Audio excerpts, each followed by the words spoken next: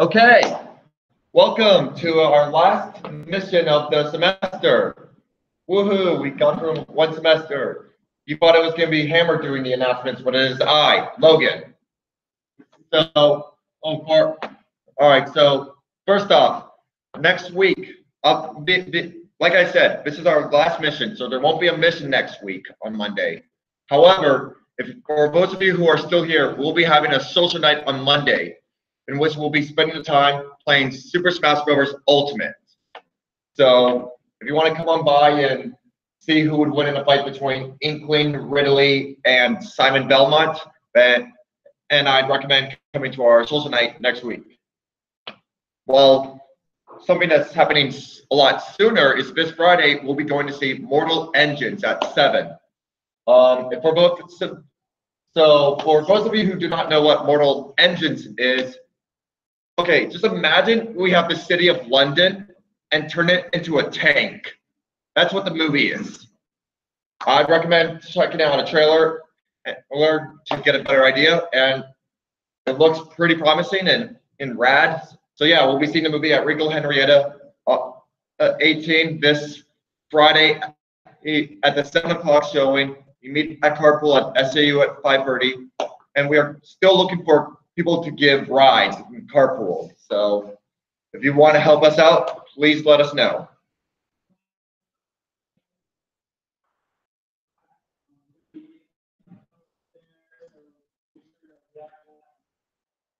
All right, then.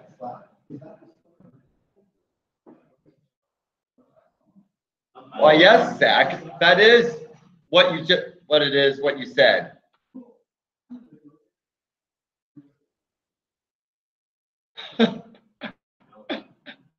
Anyways, so that's it for announcements. I'm going to pass it on to John as he's going to be awarding promotional instance for members this semester. John?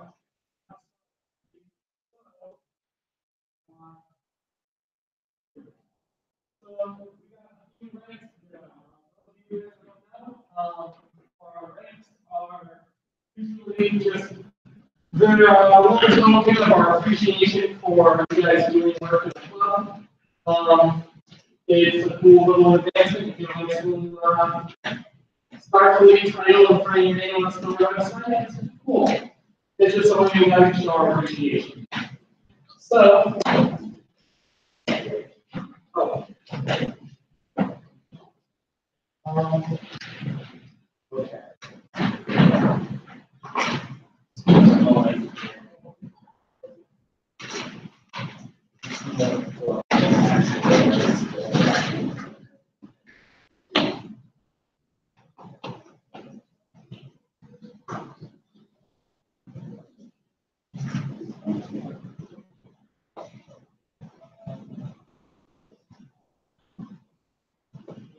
All right.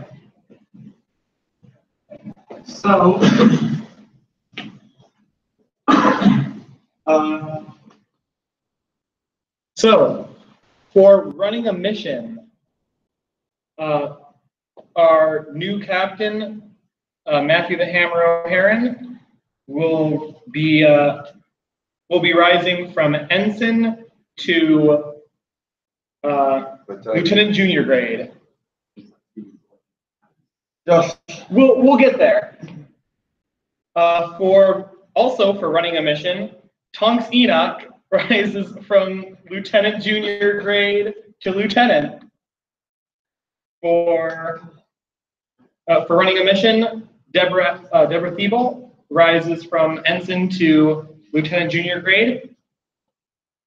Now for longevity, this is awarded for any member who has who has received 4 members of paid membership.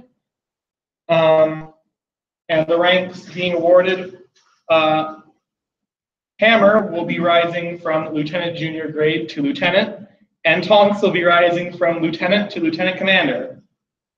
I'm in the same ranks as Tonks now. She's such a good kitty. And for serving on a committee, we have Hammer rising from lieutenant to lieutenant commander. Aaron Rayner, rising from ensign to lieutenant junior grade. Matt Gerace, rising from ensign to lieutenant junior grade. And Nick Foster, also rising from ensign to lieutenant junior grade. And the last rank for being elected captain, Hammer, who is unable to join us, has received the rank, will be elevated to the rank of captain. Thank you guys, and enjoy Logan's mission.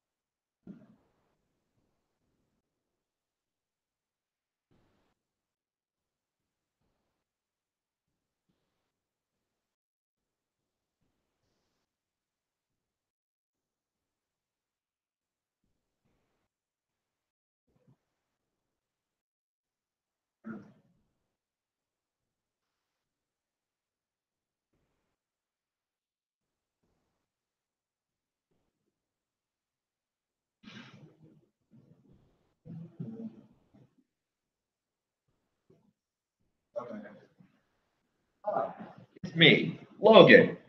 You probably recognize me as the guy who made the announcements 5 minutes ago. So today I'm going to be talking about the holidays in sci-fi. So to be clear, when I refer to holidays, I mean holidays are more festive, kind of like around this time of year, like the Christmas holidays or so, or Hanukkah or whatnot.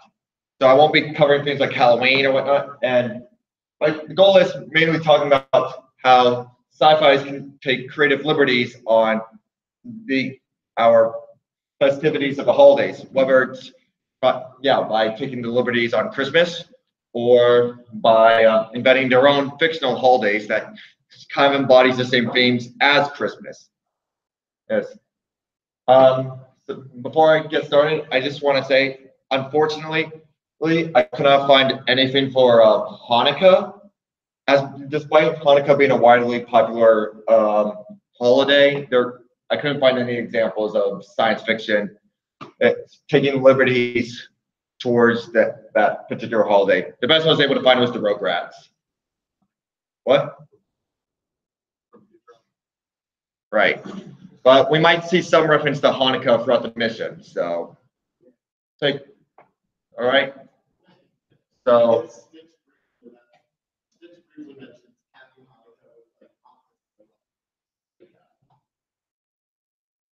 It's been a while since you've seen Stitch, actually. But anyways, so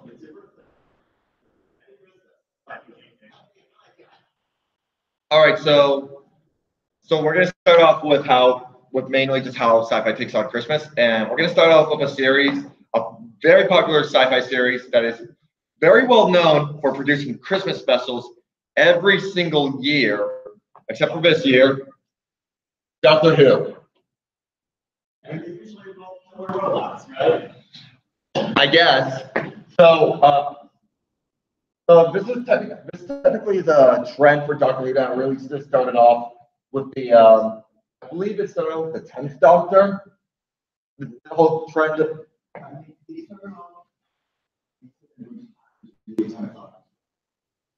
okay. So this was the trend they stuck with for Christmas special. They done it every year. Like these are all promotional images from their special holiday episodes. They have about 13 total right now. We have as many Christmas episodes as there are doctors. In fact, this year they came in. Actually, this year is going to be the first time they're not doing a Christmas episode. They're doing a New Year's episode because they couldn't think of a plot Christmassy enough. So they even moved the date, the original planned date of the episode, to New Year's Day. So, yeah. Although technically, I looked it over some of the episodes, and not all the episodes are technically Christmas Eve. like some episodes happen to take place on Christmas or around Christmas, so it counts as Christmas, I guess. Yes.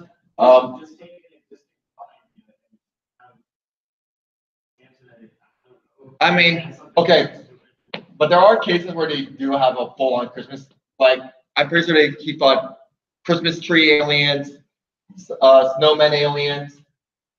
This episode, he was in a dream state with Santa Claus and such.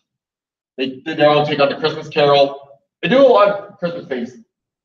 This Christmas special was just a superhero episode, yet it still counted it as a Christmas special. I guess. Yeah. So as long as as long as it debuts on Christmas, it's technically a Christmas episode. But yeah, we've done a lot of Christmas stuff. Like they really enjoy the holiday days.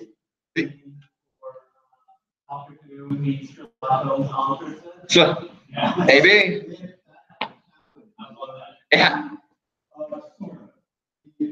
Did it happen during Christmas?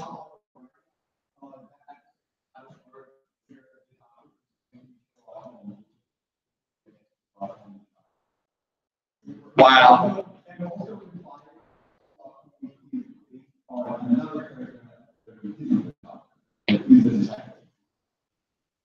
So, what was I going to say?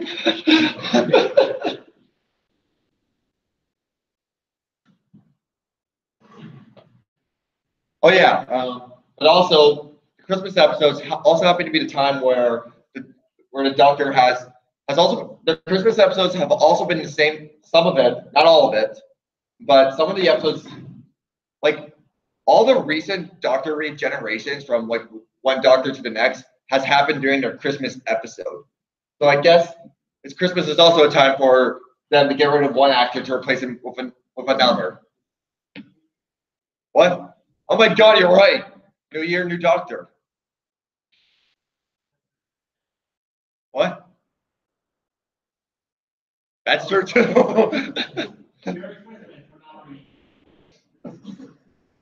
I mean, who cares? They have careers.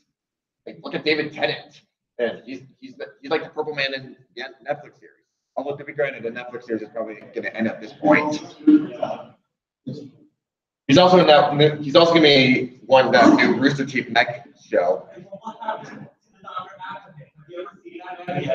What? Have you ever seen this guy is the 11th Doctor, right? Yeah. Well, have you ever seen the 12th Doctor? This guy. But is there a doctor between? This is the 10th Doctor, 11th, and the old guy's 12th. The newer Doctor is the 13th. Yeah. Have you ever seen the actor to the 11th Doctor again? Yeah, have you ever seen him? I mean, he looks like he has the face of someone who has a career. He's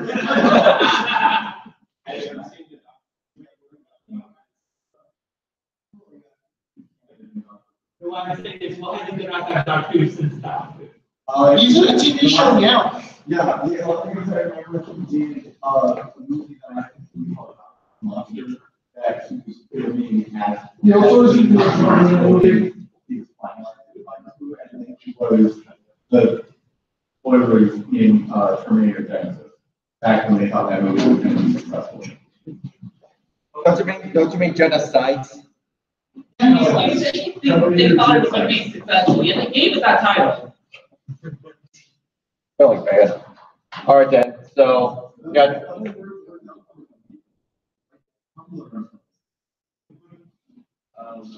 Okay, so yeah, Doctor Who's they're full on crazy for the holidays, except for this year in which they're doing New Year's special. But most likely next year they'll go back to their holiday track. And then next year we can say they have more Christmas specials than they do have Doctors. Currently they're tied. Unless the next Christmas special they're gonna kill the newer Doctor off, but it's too soon.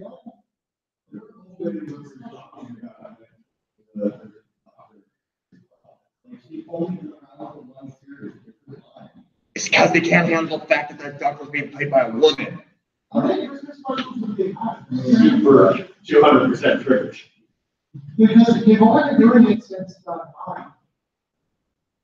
Well, no, like, yeah, the whole Christmas craze thing has been like, it's definitely a lot more recent. They haven't done like with any of them. Like, it kind of started off with the 10th Doctor, and they've been doing it more and more in each episode. But yeah, to a point now, it's kind of like you kind of well known that the Doctor goes through some kind of Christmas journey, usually in some kind of weird, timey-wimey, wibbly-wobbly way. All right. Now, moving on to another sci-fi series that's been around for a long time. It's surprisingly we haven't touched on the holidays too much. Star Trek. I'm pretty sure this is a photoshopped image, but it looks good, and I just like seeing Spock and Kirk wearing Christmas sweaters. I guess Vincent. Is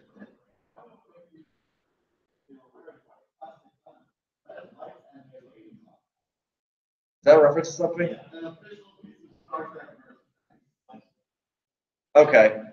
Well, that said, though, apparently there's actually a lost Star Trek episode called a very illogical holiday or something like that. And it is now I don't know if it's true or not, but what I read of it, it seems like it's hard to believe, but it might be weird enough to be true. So basically, from what I've read, the Enterprise goes to a planet, like on their journey or whatever. They come across a planet inhabited by elves, and what Spock is treated as a messiah over there, over his pointy ears. So Spock is a messiah. However, the ruler of said planet, Santa Claus, is not happy. Yes, Santa Claus is a tyrannical ruler of a planet full of elves. He's not happy that Spock is there being their messiah.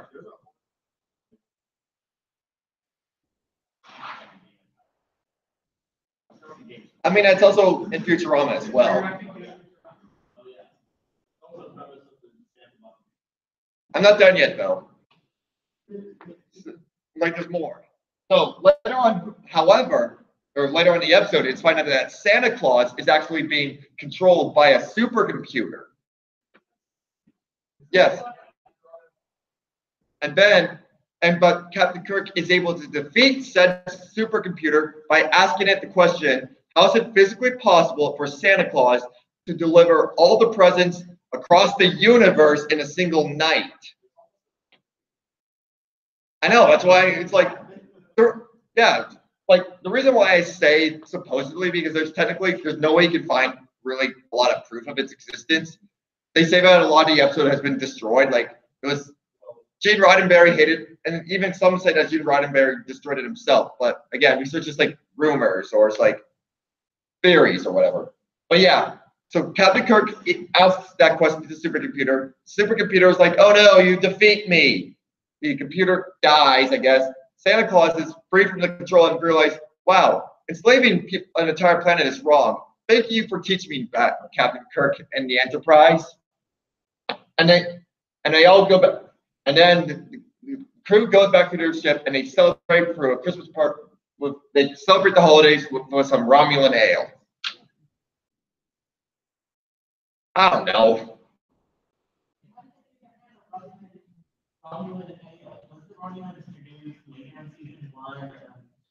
Okay, like I said, this might not be a true thing. I found out on the internet.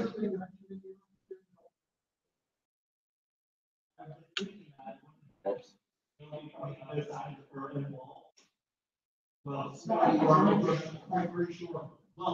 Yeah, I think you said Scotty was the one who offered it. So, like I said, I'm honestly not too confident whether this is a real episode or not. Like I said, like apparently this is a lost episode that's been like since like been like lost in the ages. Like apparently even fears have it that Gene Roddenberry destroyed like the physical film of it himself.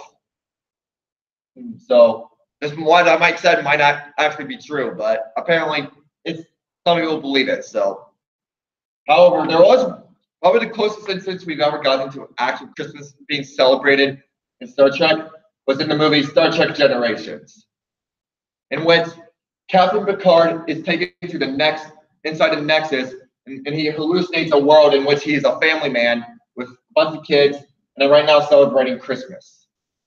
It's like a short sequence in the movie, but it's generally memorable. Captain Picard suddenly in the Nexus. He's with he's with a family he doesn't have. Now all of a sudden, Whoopi Goldberg tells him where he is and what's going on and stuff. Honestly, Star Trek Generation is not really the most memorable or well received movie of the series, but hey, it did finally have Captain Picard and Captain Kirk finally meeting each other to go horseback riding. Mm.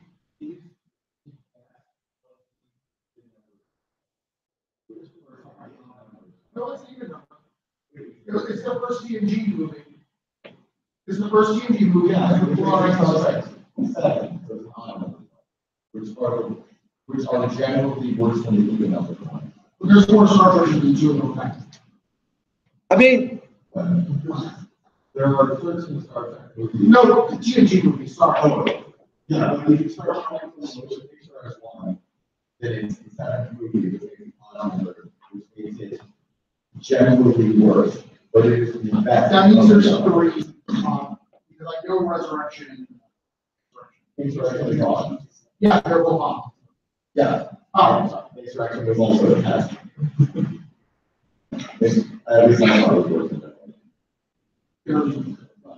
anyway, so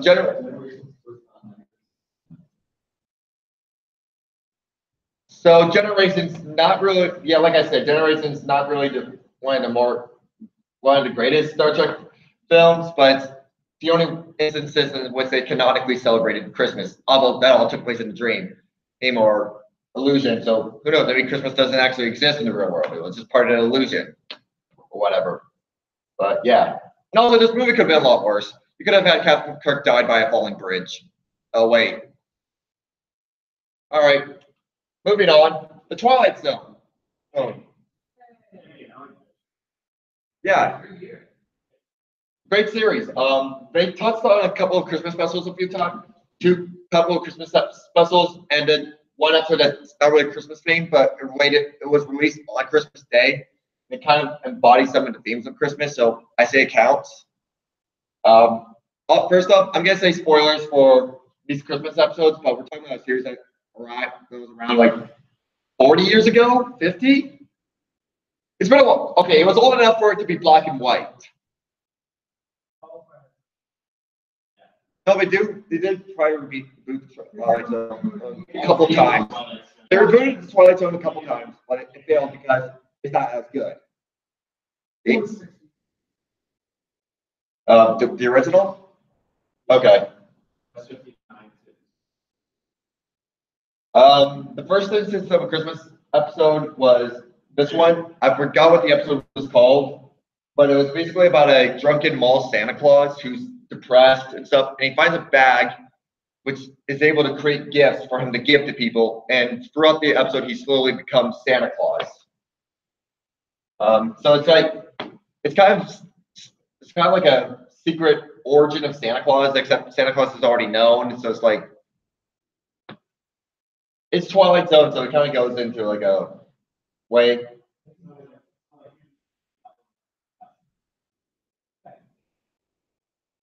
I guess. Now, then years later, in more Twilight Zone fashion, they went to the next Christmas special was actually a lot more deep and compelling and thoughtful. It was 5 people trapped in an area. I forgot what the episode's called. Yes, that's it. 5 characters in search of an exit. This was in which you had 5 random characters stuck in this unknown area, empty space. You had a military man, a ballerina, a hobo, a bagpipe player, and a clown. In which a lot of the episode was thoughtful, like they try to theorize where they are, what's going on, and they're all panicking and stuff. And then it also really took in ways that it kind of twist character archetypes. Like, example, the clown was actually probably the most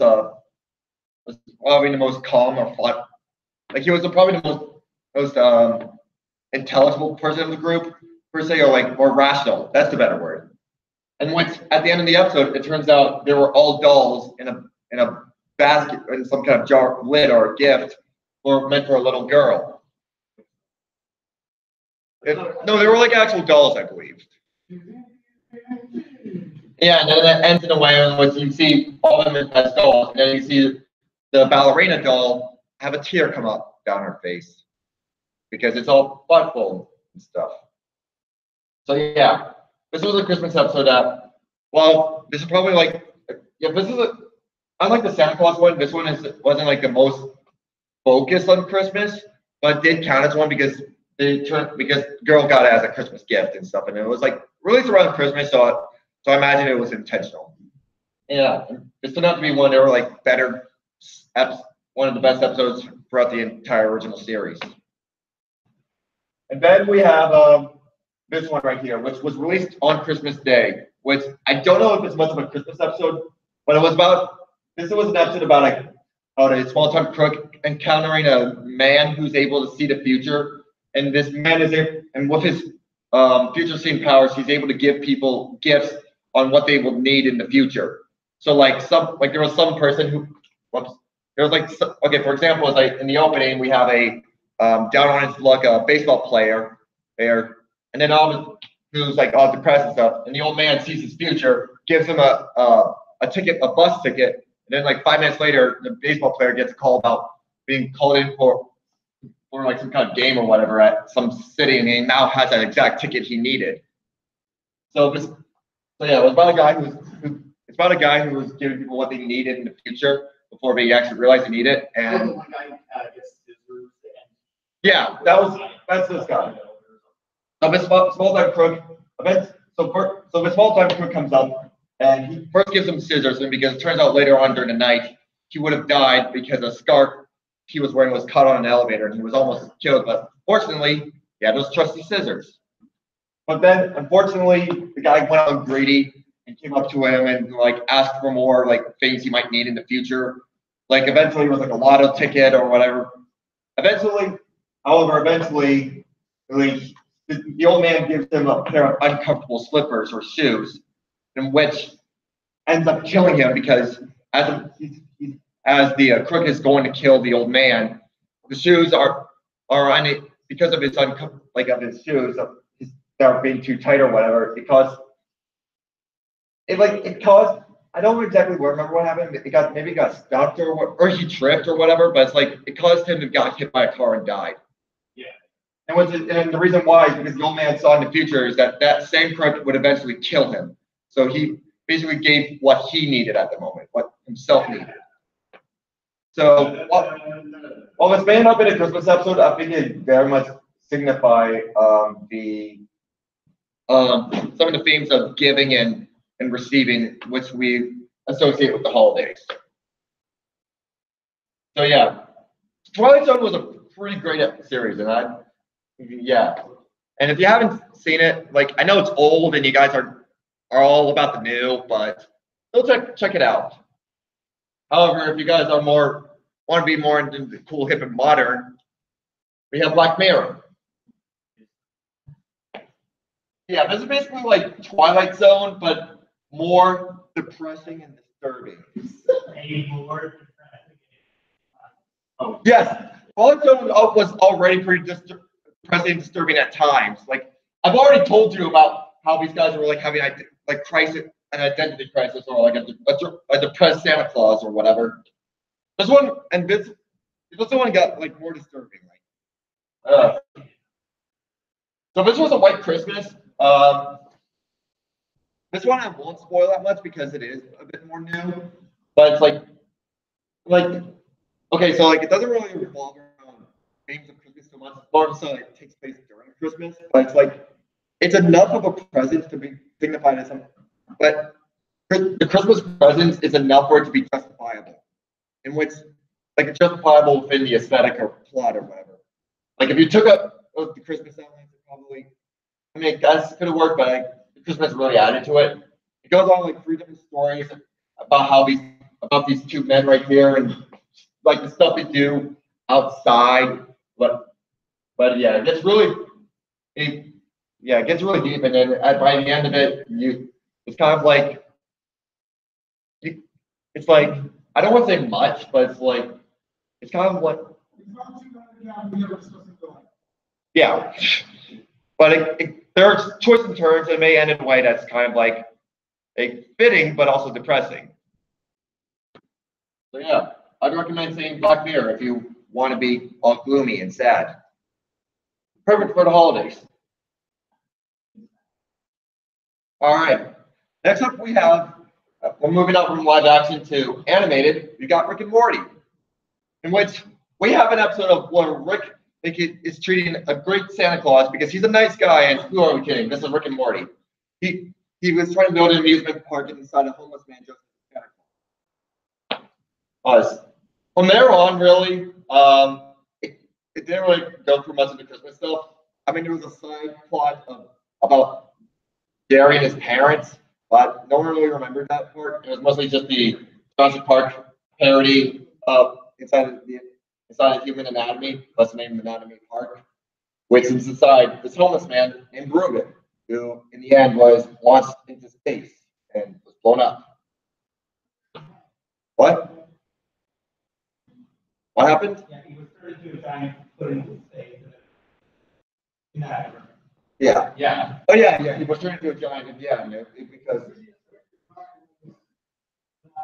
Yeah. What you see, like, if you shrink a person to the point where they can walk around themselves, I mean, they put it in by if you understand Rick and Morty, there's only nuances of this. So yeah, this is. So yeah, so basically instead of doing like a Christmas special of Rick Saving Christmas or whatever, it delved into full Jurassic Park parody.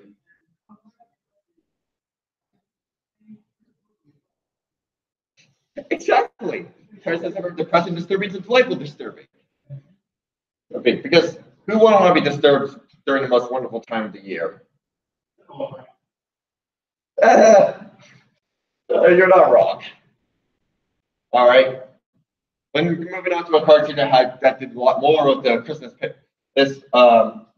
liberties, Futurama. And what's in the future? Yeah, Futurama has done plenty of Christmas episodes. So in the world of Futurama, Christmas has evolved in the sense that it is now called Xmas. I believe it was because people used the term Xmas so much that it started to be known as Xmas instead of Christmas. I believe that's the reason why they gave it.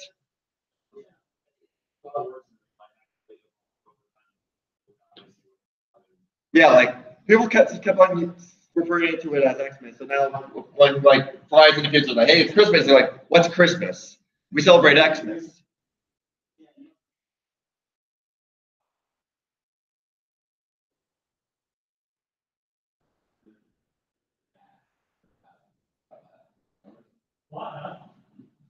Right. However, the name is not the only thing that got changed over the years. The role of Santa Claus changed a lot. This probably sums it up. But the best is one image.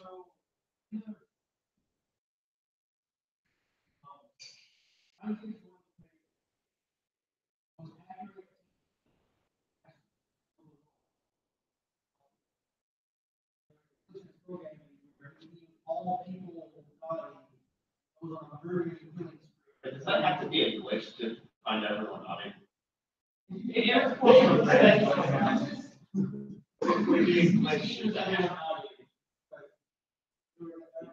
Standards were like too high or something.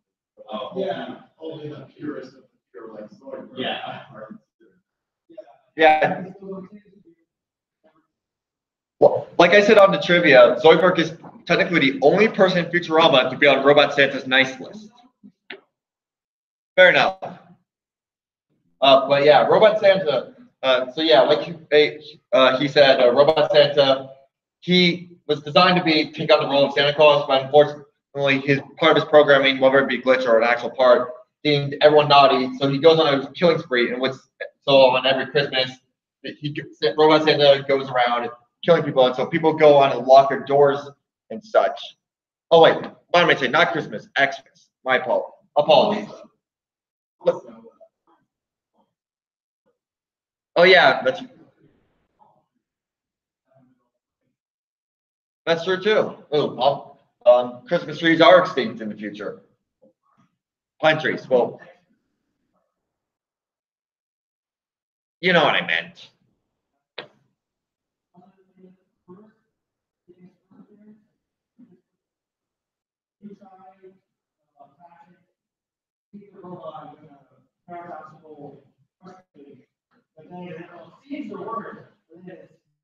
And he says, "Nice try, but I installed paradoxical."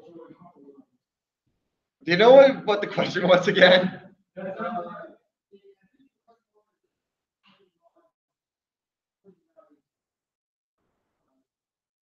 Oh yeah, okay, right. Yeah, yeah, and of course he just had some kind of update that makes him immune to paradoxes. Because of course, we're talking about a series that is able to get away with paradox of time travel.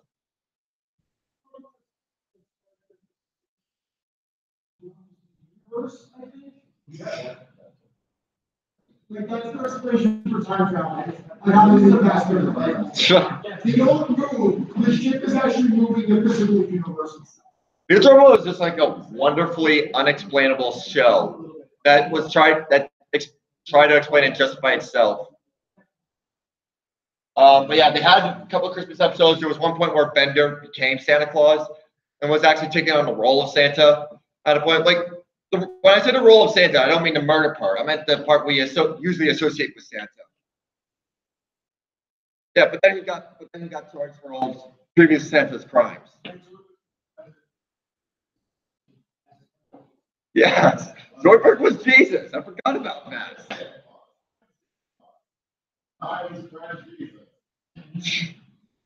Right. I forgot to mention too. Robot Santa also rules over Neptune. He rules over a bunch of Neptunians that basically they take on the role of elves. Yeah. I mean, it's been like the year 3000. We have 1,000 years till they find a way to. I mean, we have 1,000 years to find them to solidify Neptune. But yeah, however, later on, we found out Robot Santa is not alone. He actually has friends. These guys. We got Kwanzaa and Hanukkah Zombie.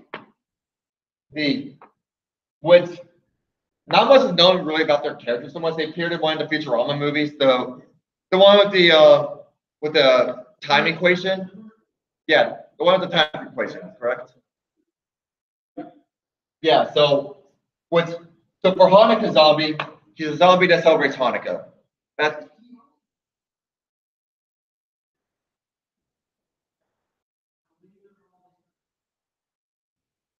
However, Hanukkah Zombie is fly a Hanukkah-themed TIE fighter, in which you have the menorah on top here and the Star of David up on the sides.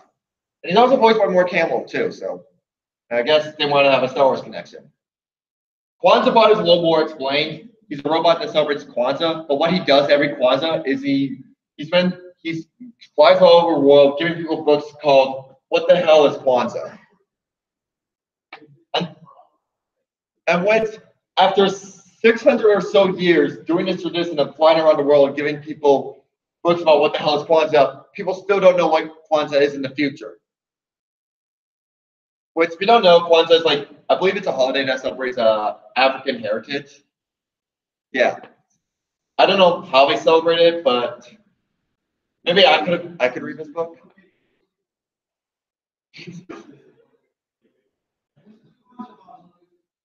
Yeah, Kwanzaa. Yeah, they had a musical sequence too, didn't they?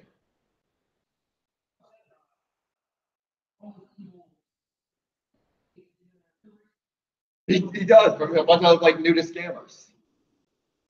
Futurama was just a weird and wonderful show. I gotta watch Futurama again sometime.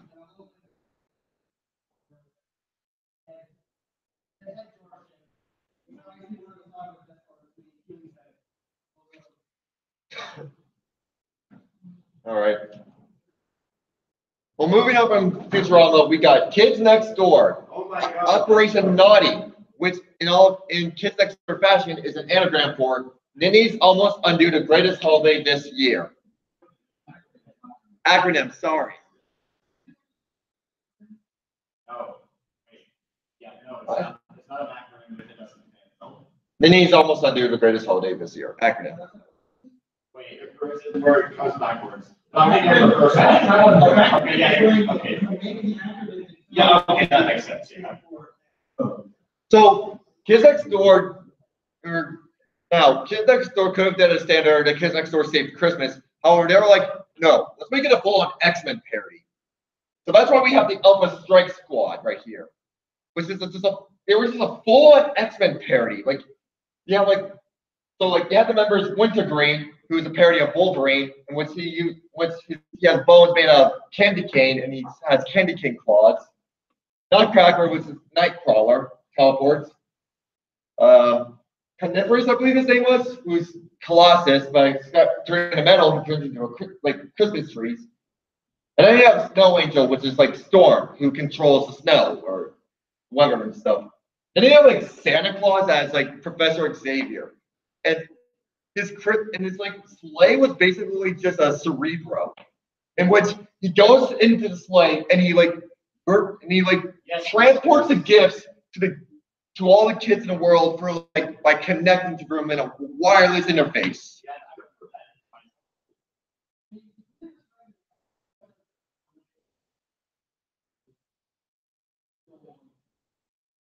Yeah, maybe, but it's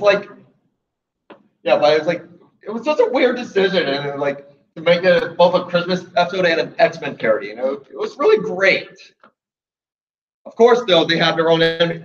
They also introduced their own enemies too.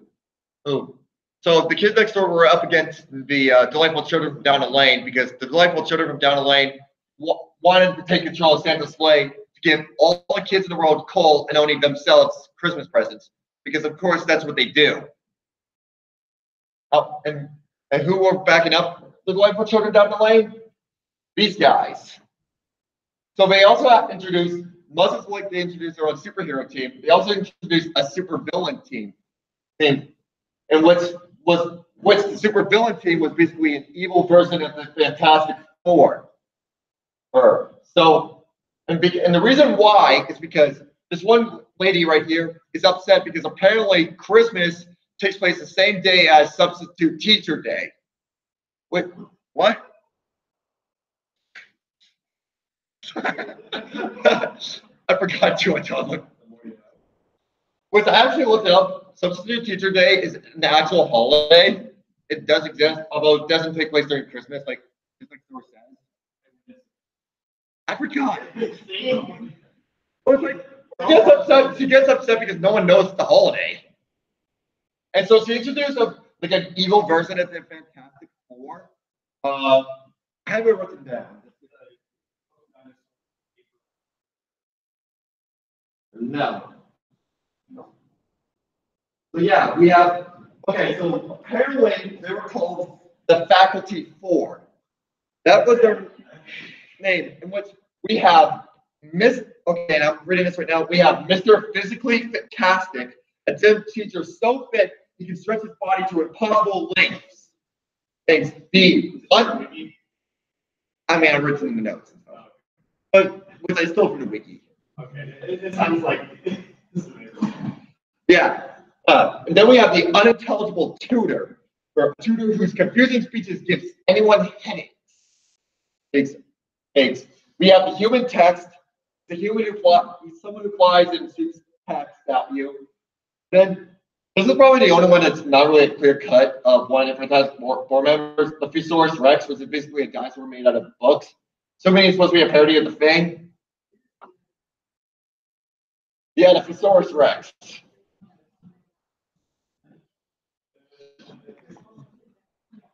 They were like, how are maybe they are the kind of more parody. So yeah, you have so we had the Christmas version of the X-Men, the Alpha Strike Squad, going against the Faculty Four and stuff. Obviously, Christmas fails in the end, and then Christmas is saved, and Treehouse becomes a Christmas tree for a nice gift.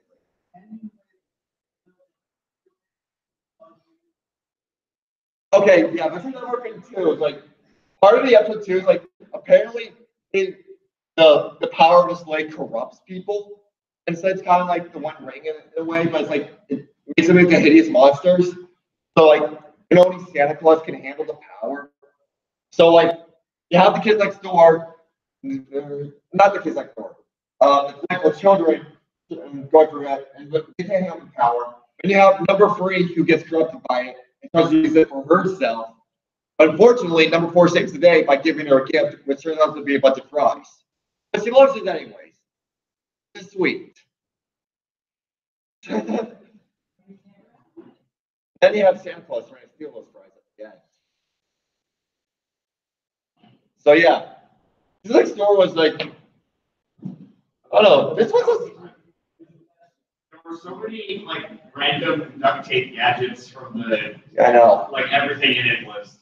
I mean, Kids Like only Kids Next Door could be weird enough to think of to make a Christmas special be an X-Men parody and stuff. Yeah.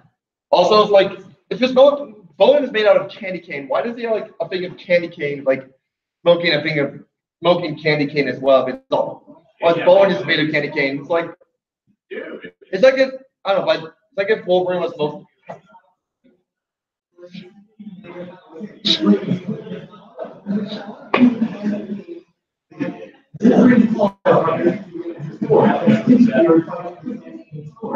That's consistent. Well, also his candy cane too. It's not like a pointing too. It's like it's shaped like a candy cane as well. Like the curved part comes out of it.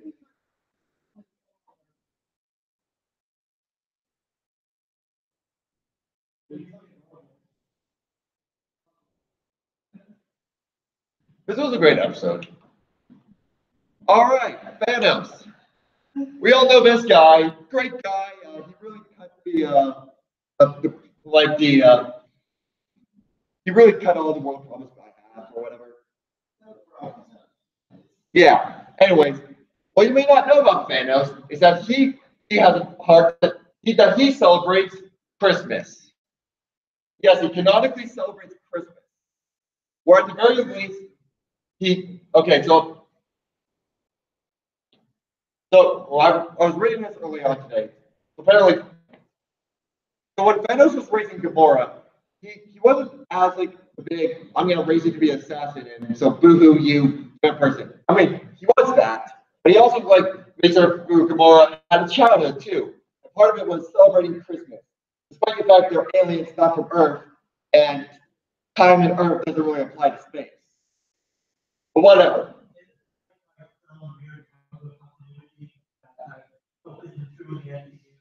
I know it was a human, but from like our history. Thanos is from the Well, I mean, like some ultimate, like just stupid number of universes. Comic books lasted for way too long. like Thanos' origin has been pretty.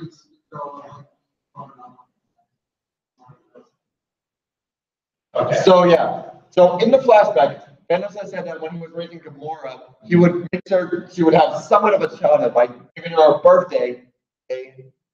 Although he didn't know what her actual birthday was, so he just made one up. And making it so she would celebrate holidays like Christmas. So it was in the episode, Fandoms gives her a doll for Christmas, and it promises her to take her to a lake or like some kind of beach or whatever. However, Fandoms is almost killed by an assassin. Like an assassin almost kills Fandoms. However, Kimura saves the day by throwing her doll at the assassin. Which gets Fandoms' attention and Fandoms obliterates the assassin. Once Kimura saves Fandoms, then later on in the comic, older Kimura comes to kill Fandoms. It kind of sounds like, oh, you feel for Fandoms because he actually cares. And he celebrates Christmas. Where's Nebula? Oh no, we don't mention Nebula at all. I mean, it's kind of like Fandoms himself. It's kind of like Fandoms himself. You only care about Gamora. So yeah, that's one thing to know. That purple Titan that seeks death across the universe is a big selfie who also celebrates Christmas. So moving on from Marvel, we go on to DC. Batman Returns.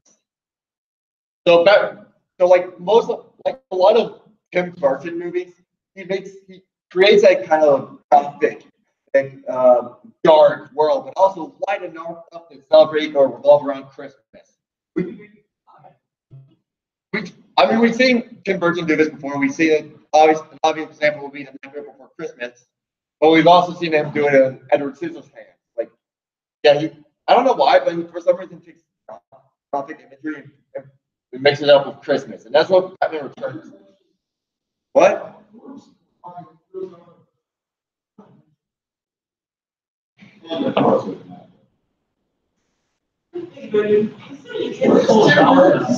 Oh, that's not his decision. I'm pretty sure Gotham was.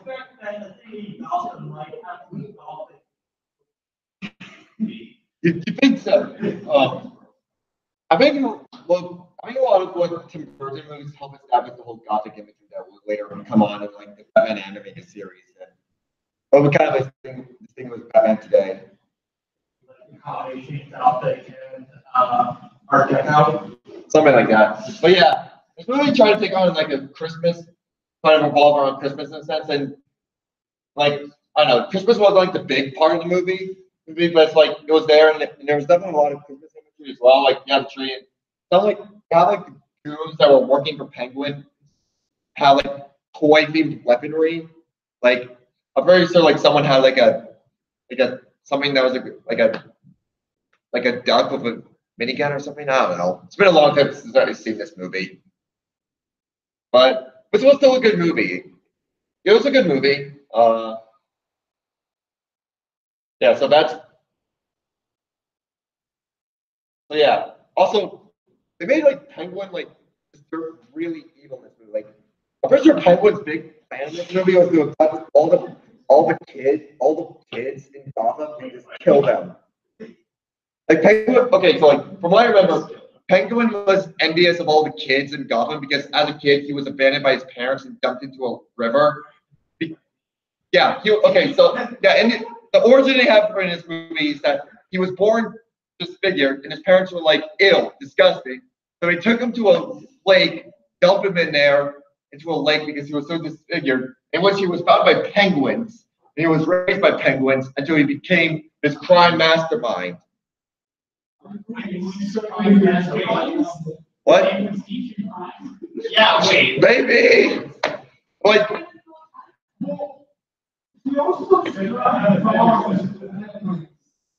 That too. He struck bombs to his family. This guy was evil in this movie. He struck bombs to the penguins that raised him, and his big plan was abducting the kids of Gotham just to kill them to get revenge on his parents. Which I don't know why that would get revenge on his parents. I guess.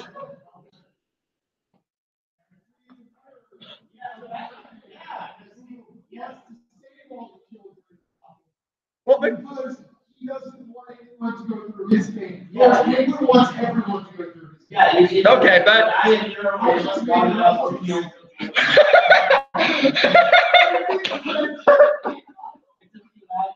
so I was gonna say that makes sense, and then you're like, I made it up on the spot.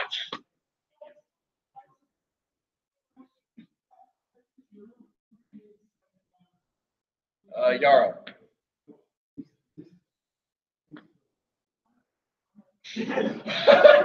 What?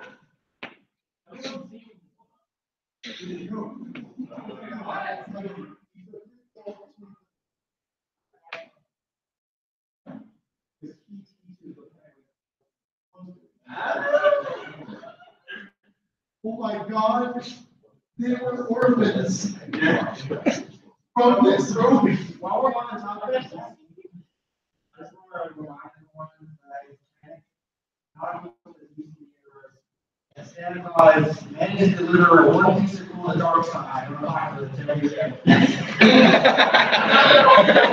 How was the president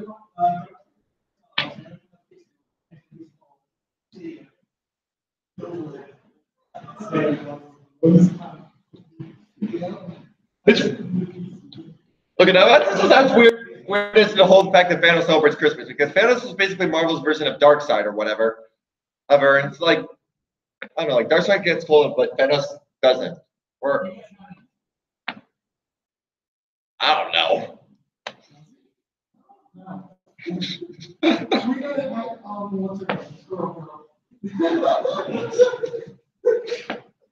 Comics are weird. We're even just superheroes. Fiction is weird. I had a lot of ideas for Smash moves for the Thanos Smash game. So one would be a voice line I drive a Thanos car, and then like he does like a Waluigi motorcycle thing, but with a purple. That's true. We're talking. Thanos does have like a Thanos car and a Thanos copter too. That's not the. So the fact that Fandoms celebrating Christmas is probably not the weirdest thing. Hey, an alien gets arrested by an alien gets arrested by normal cops.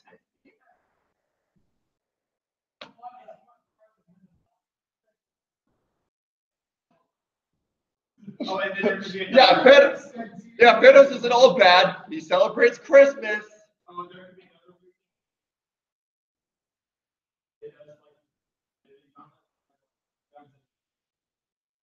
another I mean, if Fandoms isn't Fortnite, apparently you can get it Smash too at this point.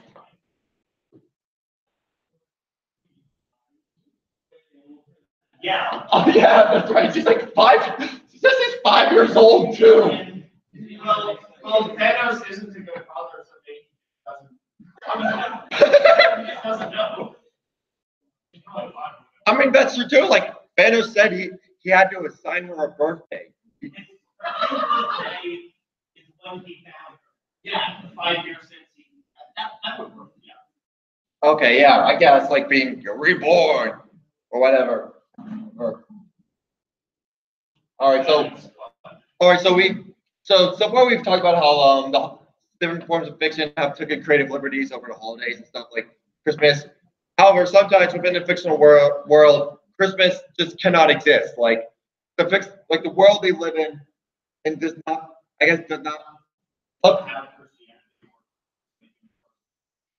Sometimes, or sometimes it just, or even some series, Christmas does exist, but they introduce new holidays to fit with the context of what fictional world they're bringing in. Right. We just said it. So yeah. So sometimes they create a holiday that's not exactly Christmas, but definitely takes inspiration from Christmas, or at the very least, it's celebrated in a way in the festivities that is similar to how we celebrate or how people celebrate the holidays like Christmas and Hanukkah. So we're going to be talking about sci-fi series of that. And with that said,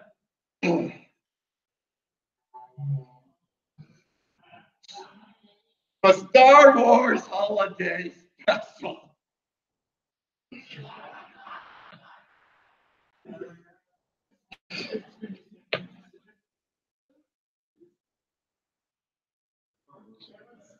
There are worse things. It's here that Marvel so gets more attention than worse less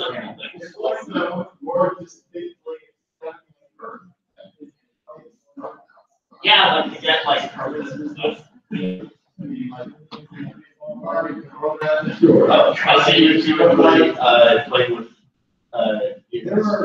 There were on the actual, I mean, this is imagination, like this favorite cars because the it's Okay.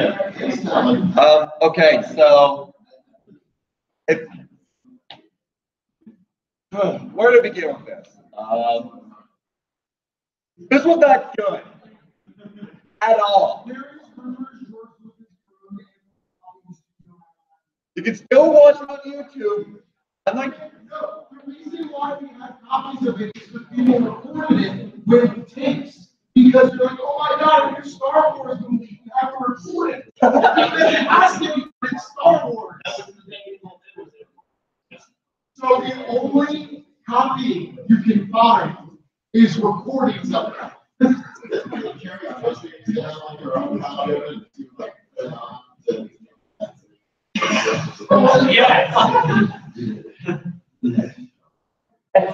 So yeah, the whole We spent a lot of time with this library.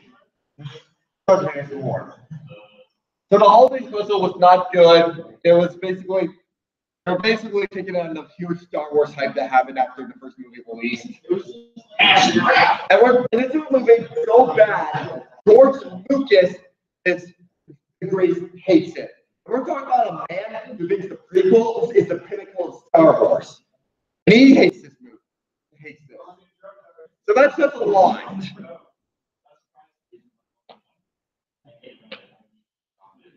So in the holiday special, they celebrated the fictional holiday of Life Day, which is a holiday in which the Wookiees come home to Kashyyyk and they celebrate all things life. The birth of life, the living of life, the family in life, the ones who have recently left life, if they've moved on to the afterlife, life.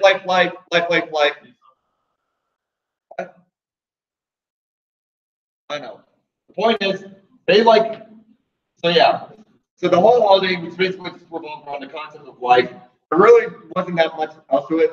There might be more lore to Life Day. I'm pretty sure if you go to Wikipedia, you might find more. Question. Actually, it is more canon now than it was before Disney. What? Yes. Disney mentions it in comics. Therefore, it's canon. Well, a lot of things did. Okay, I don't. Okay, I think the celebration of Life Day is still canon, not the holiday special itself. It's still more canon. Yes. So we're gonna see Lumpy in the next Star Wars. Chewie's wife was already in Oxford. What? His wife was in Oxford. Oh my God, you're right. What about that? Yes. When they were rescuing people. He was one of the people who rescued. So, My point is it's more canon now. He's been rescued. yeah. So what I said, I got the whole bit of Wookiees coming together or celebrating and stuff and being with their family and stuff. It's like, I like how we just treat the holiday now. We're going back home. Like, once we finish college here, we're probably going to go see our family. Because back home. So that's kind of what they do and such. And so I guess if you look at that way, it's sweet. It's family and stuff. However, that was like only like the last 5 minutes. The remainder hour, which is a bunch of random nonsense. It's like, I don't know, like I was looking into okay, I wasn't gonna watch okay, I see the holiday special long ago because I don't know why I was to watch it. No, I didn't. What do you want? That's older than me, therefore it's What is the face that Luke? Okay, this was Luke Skywalker. I believe this was him trying to get Mala to smile. But yeah, this movie was. Maybe it could be long enough to be a movie. It's about an hour. Anyway, the holiday special was just like. So for most of the holiday special, it was just us looking at Chewbacca's family doing ordinary, just doing stuff in their life. I guess, like, yeah, Mala wearing an apron about to cook or whatever. But it's like, but yeah, and they go into a bunch of antics as they're waiting for Chewbacca and Han to come visit them. So a lot of it was just that, and it was full of weird stuff. Like, you have Chewbacca's dad at Itchy watching porn. That was a whole segment. That was not for a full 5 minutes.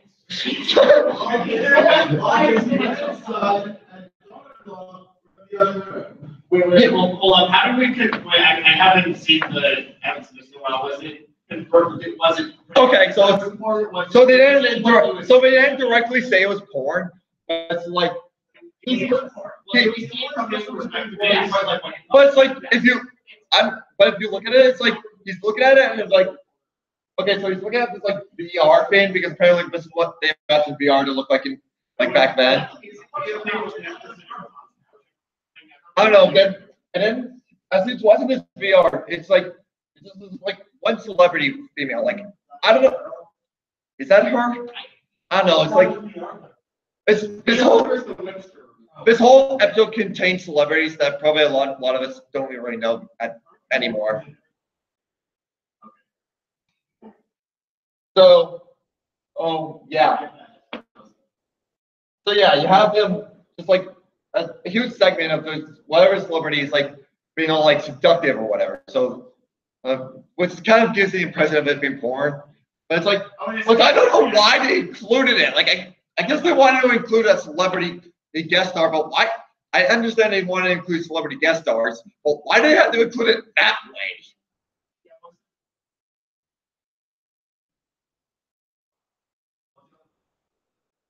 You mean the one who's in? Yeah. Itchy? So did we see like his reactions? Was he like? Okay, I haven't seen the Christmas holiday special for a long time. When I was reviewing it, I just looked at some random stuff and I'm like, oh yeah, I forgot this happened. Like there's a lot of stuff I forgot that happened. Like I forgot that this guy exists and was in the bar sequence. He drinks alcohol and pouring it into his bullshit hair. That's how he drinks alcohol. And then you have like this person. I forgot who guest starred, but you have this alien with 4 arms or whatever doing a cook show as Mala's trying to watch this alien, and they're like, the arms are like clearly fake. It's like, what? It's very, very obvious there's somebody else in I think this was played by a guy. I'm not entirely sure. Like I think this was played by a guy, and I think he made 2 different cameos. One is the cook show alien, and one somewhere else.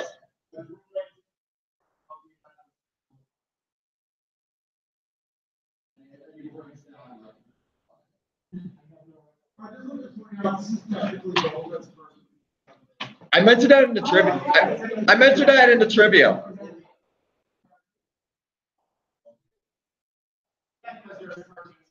Yeah.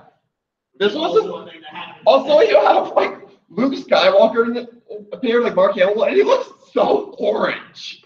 Like I think they gave him way too much makeup for this.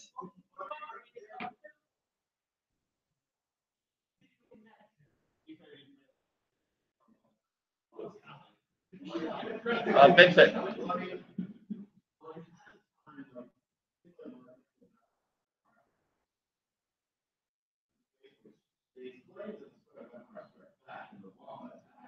Oh.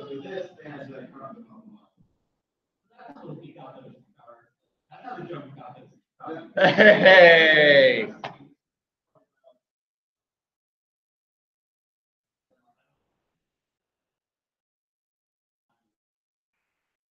Also, this is a segment too where like where Luke Skywalker was trying to get Mala to smile, and then Mala finally smiles, and this is what it was.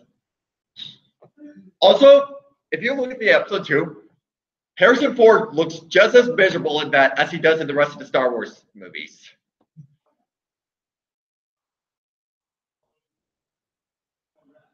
Okay, probably Harrison Ford probably looks more miserable in that than he did in the rest of the movies. Like even more so in The Force Awakens, he looks more miserable in the holiday special, which I won't blame him. But yeah, like some of you guys said, there was also a cartoon segment, and honestly, the cartoon segment was probably the best. Hey, honestly, the cartoon segment was probably the best part of the whole holiday special. Not saying much, but it was. And you have both. Like you said, this is Boba Fett's first appearance, and sadly, Boba Fett does a lot more in the holiday special than he does in any of the movies. Like Okay, like in the movies, Boba Fett just stands there, look cool. Guess he takes big Han Solo to jump on the hut, but that's all about it, really. What? And yeah, like, but yeah, Boba Fett here, who's like riding this beast, and he's like helping Luke Skywalker go somewhere or whatever. Eventually, you find out this nice man who's helping Luke and Han is turned out to be a bad man. He's working for Darth Vader or whatever. Yeah.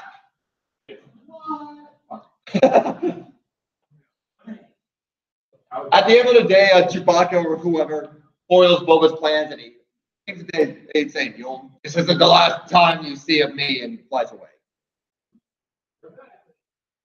Yeah, Boba Fett was like, he was honestly pretty cool in the holiday special. Like he was, which is surprising. Anything really? Yeah, this was back before this was back before they had re-recorded Boba Fett's voice in the many Star Wars limited editions of the original series. However, but then although Boba Fett looks pretty good, any of the human characters kind of look questionable. Like this is Han Solo right here. Yes, this is Han Solo. This is supposed to look resemble Harrison Ford. No, I won't even say that. Adam Driver is a very beautiful man, and I'll argue otherwise. And I'll defend that point. But this looks like it looks like he has a horse face. I don't know why. Does Harrison Ford? Yeah, and does Harrison Ford, or does he squint his eyes like this? It's like, yeah, I guess. Yeah. Oh, okay, no, Chewbacca does have his eyes open for most of it. I think this is because Chewbacca was like saying something smells, so he's making an expression. Han Solo looked like this throughout the entire cartoon. Like, yeah, he was basically Brock. But yeah, and you have like square jaw Mark Hamill over here. And I'll say this, in this particular screenshot, he looks pretty decent. But in most of the other ones, he looks kind of bleh. It kind of looks like I mean, this was probably a cheap cartoon they made on the spot. They spent a lot of their money on their celebrity guests or whatever. So yeah, the cartoon segment was probably the better part of the holiday special. Also, mainly because it gave us a break from the Wookiee family. Yeah, and it was Boba Fett's first appearance, in which he actually did stuff. But let's see. That's a video right here. We have the stars of Star Wars. We got Chewie, Luke, Leia, surrounded by Wookiees. And as Leia's giving an opening speech, he sings about the holiday of Life Day. So I'm going to put this on you right now. I'll like you. That's done by Proper Stone's character. No, she admitted she was stoned during the entire.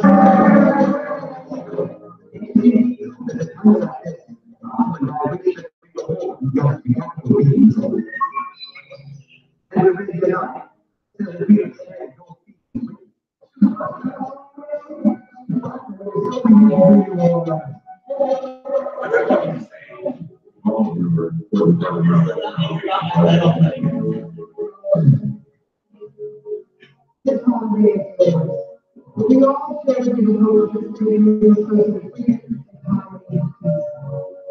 when holiday period, all things are causing us to hide in darkness.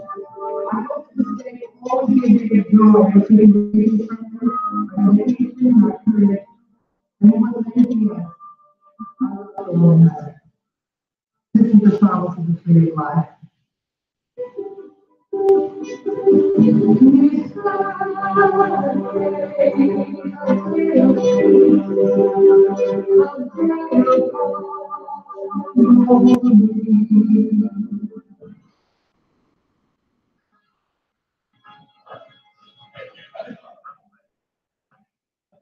Wait.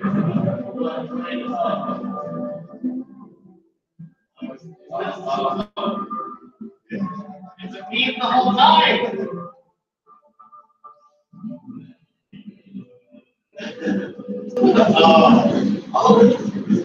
It was a meme.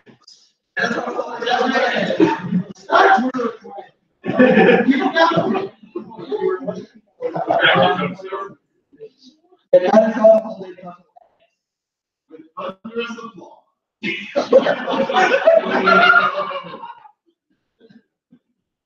Moving on from Star Wars.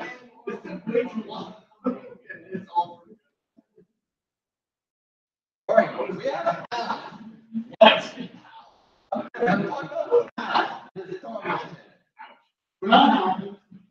What's happening? We're talking about Elf. so in Elf,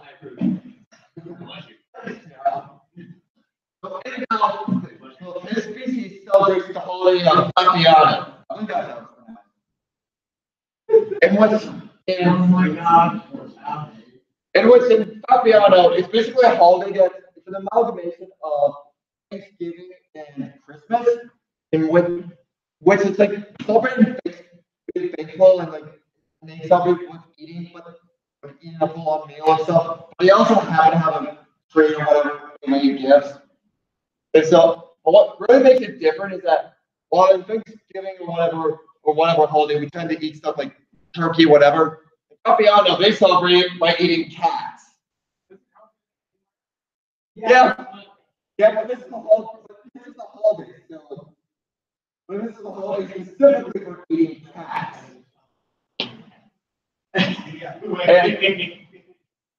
That's really just it about the holiday. About Capiano, it's just a Thanksgiving / Christmas. It's like amalgamation that gives out of excuse to eat cats, more cats. But I don't think that's the show is him trying to eat cats. Yeah, I guess. He's a family cat and it's trying to stop. Can you get like a vegan cat substitute? I don't know. I'm mostly surprised how a lot of you actually have some knowledge over Alf. I feel like it was that show. That's what cartoon all stars. Included Alf and Garfield. And the Smurfs, I think. And that was the Chipmunks. And One of the ninjas. what? Just one? Just one. Was when the Mario cartoon Mario's in it? No, but there were the sniffings from DuckTales, Muppet Babies. Yeah, it's like Kermit and yeah, Kermit. And then some kid who's having like drug problems personified by a clown smoking a suit. Also, Yes. Bugs Bunny, who is often seen smoking cigarettes, was there to tell him not to smoke cigarettes. Tell Alf not to smoke cigarettes. Oh, no. Oh. Wait, what's Alf? Look back around. Okay, so moving on from Alf, another property that you might not expect me to put, dinosaurs. Jim Henson's dinosaur series. Oh, no. And they celebrate it. And when I say dinosaurs, I'm not referring to the formerly CG Disney movie. That was just Dinosaur. no, I thought this was called dinosaurs plural as well. Oh, the movie was just called dinosaurs. Okay. So yeah. So they celebrate so their festivity they celebrate is Refrigerator Day. Because according to its lore, refrigerators was the most advanced technology that was able to bring dinosaurs to the modern age. And it makes dinosaurs stop being able to, and it allowed dinosaurs to help be able to store their food and to keep it at cooler temperatures. And so they figured, let's turn it into a holiday. So they celebrate Refrigerator Day. And part of the holiday of celebrating Refrigerator Day is that they basically just eat. It's not about eating. Unfortunately, too, however, there is a prerequisite as well, is that they have to fast. They also have to fast for the 2 days before. So I guess what explains why we just eat everything that's in the fridge on the refrigerator is because I haven't eaten in the 2 days beforehand. Oh, so it's like all day. Thank you. Yeah.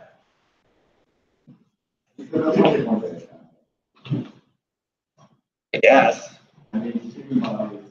There's Ramadan. Ramadan. Ready for your Ramadan. Sorry. I'm so sad that words in other languages are accountable. I feel like a bad person. Did I be forgiven this Christmas season? Yes. Okay, great. Someone said yes, and someone else said no. You should feel bad. Well, I already. Your jokes are bad, you should feel bad. I'll forgive you. Okay, wait. Yes. I just told you about Okay, wait, what? Did they do anything in the episode besides eat and explain the war? Or? Honestly, I've never seen it. I just, what I know of it, I've read on Wikipedia or whatever. Dinosaurs wiki. I mean, if someone really wants to put in the effort of getting more information on dinosaurs and the refrigerator day, go ahead. I'm just gonna move on. You would though. Ah, yes! Yes! Christmas! I love it. So here we have, so in 2.2, they introduced the holiday of Australian Christmas, in which, part of which if you remember what PF2 is, It's sci-fi. I did the meme slide. And I haven't had it. He did all the rest of the work, but then I. You get to be into your apartment. I mean, so yeah. I wasn't going to say that, but someone is doing something. So something we got here with us, I think 2.2 was a thing, and because you're all basically the only ones on Fortnite. I still play the Cancer Observers. It's still the best game. Times 10 randomizer, Clash Wars, times 10 meme maps. So anyways, and for Australian Christmas, basically a holiday, kind of similar to Xmas, in which it's a holiday where people feel. So like, okay, so I'm gonna pull. So I have right here on the official lore or whatever the game of this strange holiday. Hey, all right, I'm gonna read it to you guys. You gotta read it like Saxon. I don't know who that is. But You have to. it's actually There's a universal lore movie girl. He's like a really deep, based on the mods where Saxon Hill is a character, he has a really deep Australian voice. I'm Saxon Hill. is that the sniper? No, he's an official character. He has been for a while. He's the guy who owns Manco, Okay. Do you know what Manco is? which is the company that finances. Yeah, PF2 out there. You just found these two screenshots in the wiki. I mean, it's okay. I didn't. That's perfectly fine. But, I mean, I've done my research in the holidays themselves. extra lore. Anyways, so Australian Christmas is that. All right, so here's what it says. On December 18th, 1788, less than a year after the first settlers colonized Australia, an old cutthroat named Nicholas Crowder arrived on a boat with some other new settlers. Took one look at Heat and said, "Screw this, commandeer the ship and send it to the South Pole." So then from there on, Old Nick comes every December 18th, all right, to abduct naughty kids. Kids, okay? This is like the third abduction. Wait, no, the second abduction. Oh yeah, the first one was Piper. Yeah. So yeah, so on December 18th, so every December 18th, he comes to Australia to abduct all the naughty kids. If you've been nice, you get the great, for the nice kids, they get the greatest present of all, not being adopted. And when all the abducted kids are taken back to the South Pole, in which they have to spend 12 months enslavement to build Old Nick here some weapons. All right? And then so they spend 12 months building weapons, and any duplicate weapons that Old Nick will get, he'll sell them online for a low price. It's on December 18th to anyone. And that's basically the lore of Australian Christmas. Yes. So Is it the same as or distinct from Christmas? That's another thing. No, but it's Australian Christmas. That's what it says right here. So that's what I'm calling it. So yeah, this was basically a fictional holiday that they just to have a big sale thing for like hats or bags or whatever for Team Fortress 2. So yeah, but yeah, it's cute. Well, not really. No, we're talking about an old man wearing a reindeer skull abducting kids. But what? Exactly. And now we have Robotica. Back to Futurama. So Robotica, I'll say this.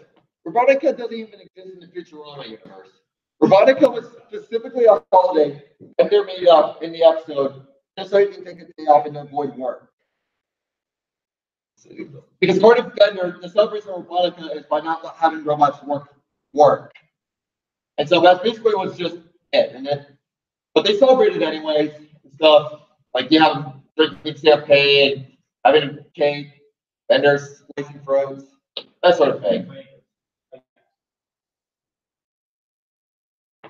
So yeah, I guess this is technically Futurama's take on Hanukkah, more so than the Hanukkah zombie I mentioned earlier on. So yeah, that's the thing. All right, so that's about it for holidays taking place in sci-fi. I'm gonna wrap it up by doing the opposite now. I'm gonna talk about how certain Christmas movies are sci-fi. Like How the Grinch Stole Christmas.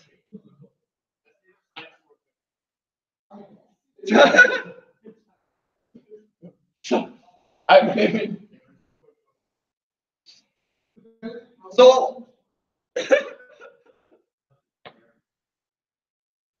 obviously How the Grinch Stole Christmas. It's Christmas Eve because he steals Christmas. Whatever.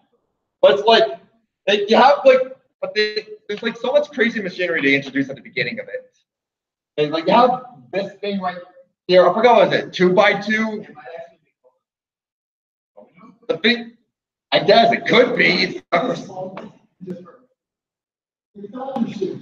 Yeah, but yeah, it's like almost honestly, we can say anything Dr. Seuss could be sci-fi because technically Dr. Seuss a lot of Dr. Seuss stories introduce a lot of like weird sci-fi contraptions. It's like you have this, and like this is just one thing I bet there is, but there are like so many weird contraptions. I've seen there's like, I guess.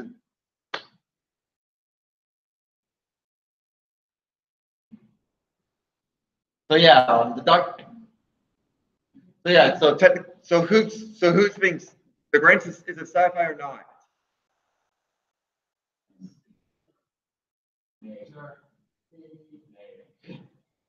Like I said, weird machinery.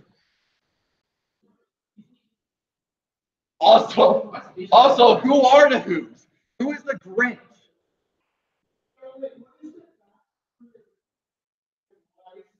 They gave him a backstory in a Jim Carrey movie, in which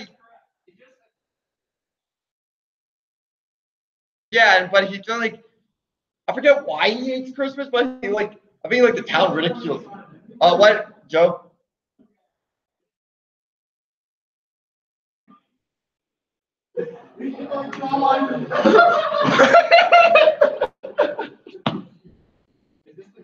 So wait, is this canonical to Horton Hears a Who as well?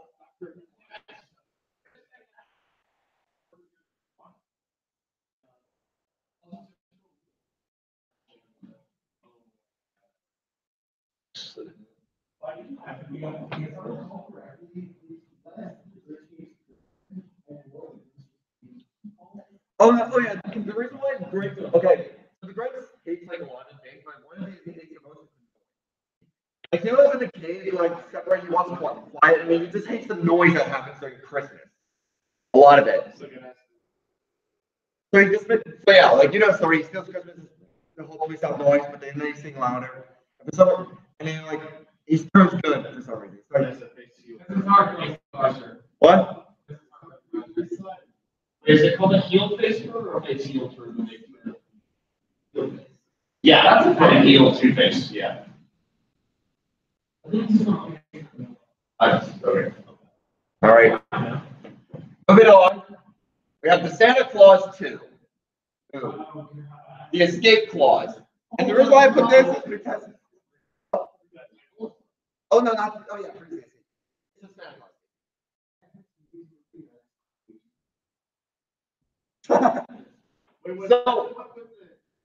So in Santa Claus 2, if I got in his contract, he has to get a Mrs. Claus. So what? Tim Allen's away trying to find a woman to marry or whatever. He gets a robot Santa Claus. Well, this is a toy, like basically a robot. But and you have this weird plastic Tim Allen robot thing replaces Santa Claus, and eventually, what? So yeah, you have Tim Allen. So yeah, he leaves this a robot Santa Claus in charge, but eventually, kind of similar to the robot Santa in Futurama, this robot Santa is themed. Everyone is naughty, everyone gets coal. So then so at the end of the movie, Tim Allen comes back, like evil robot Tim Allen, and takes back his position as Santa Claus. So, is this enough to be considered sci-fi?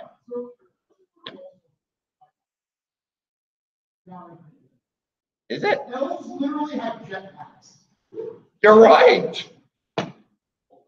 Like the whole thing, like yeah, they say it's still modern accurate, but all the technology also has devils like on its fire. Okay. But yeah, raise your hand if you think Santa Claus 2 is sci-fi. Or is it like okay? Elf. I don't know why I put this. I know it's not. Oh, the only argument I had for Elf is that Santa Claus had a rocket. It's on display because there are not enough people who believe in Santa Claus and power display. Well, rockets are real. I mean, it was kind of this. Yeah, rockets are really hard. You could put rockets on display. Not that hard. I mean, I guess that wouldn't be invented yet, so that would be sci-fi. I know. Sci-fi. Okay, this. Or maybe okay, this is probably not enough to be considered science fiction.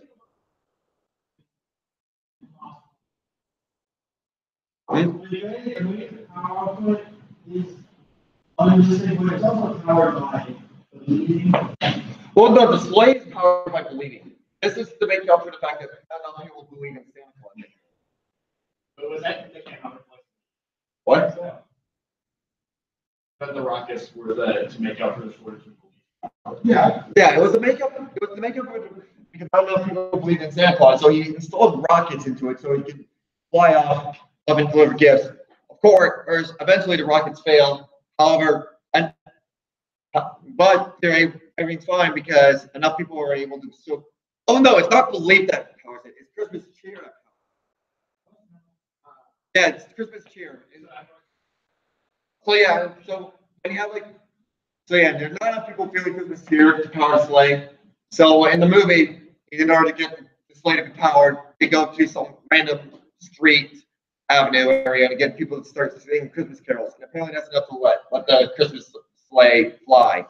Kind of makes me wonder what, in terms of math, in terms of the people in the world, is like you only needed that much people in a crowd to be all cheerful in order for the sleigh to be powered.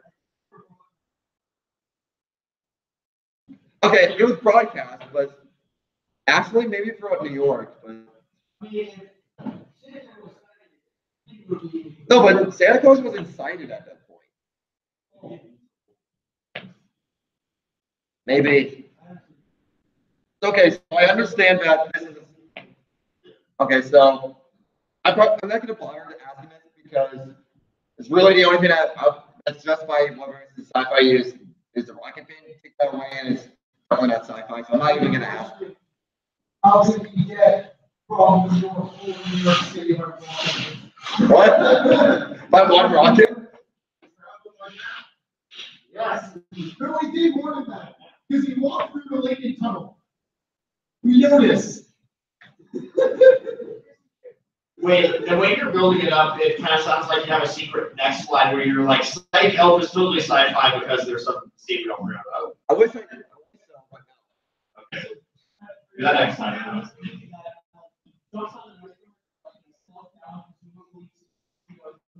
Yeah. New Jersey to Manhattan. So he lands in Jersey and walks across the line. So he goes off the or does he land in Canada and just walks?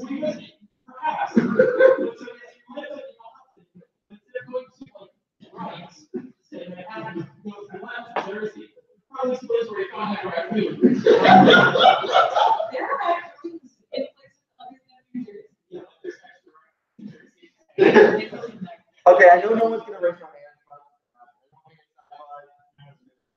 hand. Yes, because I haven't seen a rocket. I haven't seen a rocket flip. All right. That's all. Never mind. Yeah.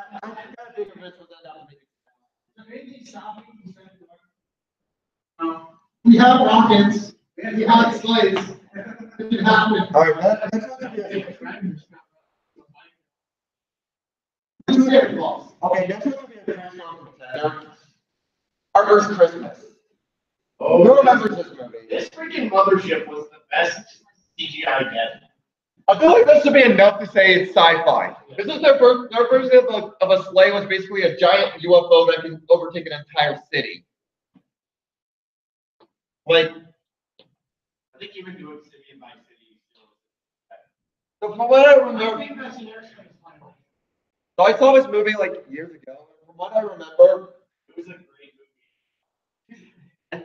Just for the Oh, ship made it great. okay, so from what I remember, how they explain Santa Claus or how he delivers gifts and stuff, he doesn't actually delivers the gifts himself.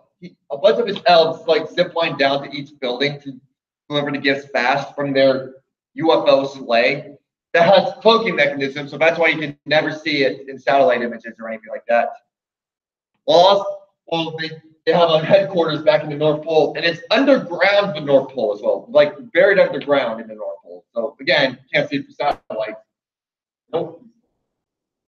Global warming, kids, not fun.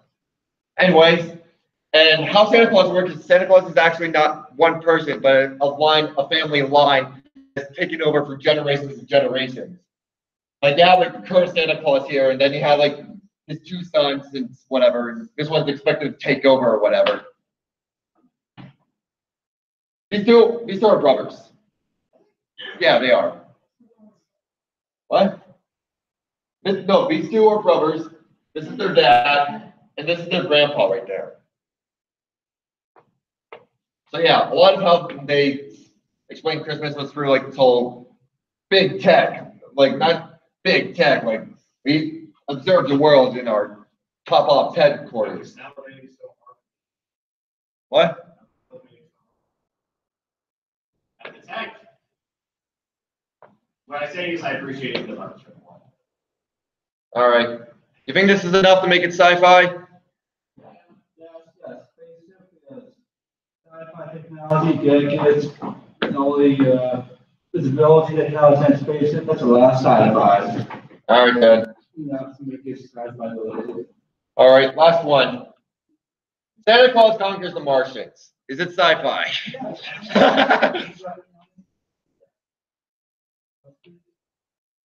So this is considered to be one of the worst movies of all time. What? What? I guess. I think this might be public domain.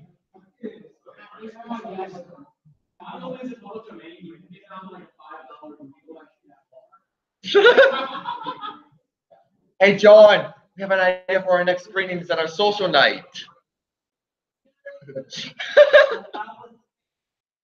What?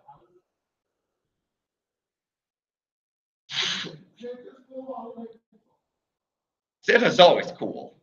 He lives in the North Pole, and North Pole is cold, plus he's cool. So from So from what I know of the movie, it's like I believe like the Martians abduct Santa Claus in order to like hope, I guess, to help bring Christmas cheer. I'll be honest, I have no idea what this movie is. Yeah, it's one of the worst movies of all time, but all right. So yeah, Santa Claus Conquers the Martian, definitely sci-fi. And with that, that concludes our mission. Thank you all for coming to especially before finals. Hope you have a happy holidays. I'm going to pass it on to John. There's nothing really to say. Again, if you want to call the card for more legends, check Slack. That's rgstar.slack.com or check.rgstar.com. And if you poster, pick up some posters because we have a social night next Monday if any of you are in town. Have a good day.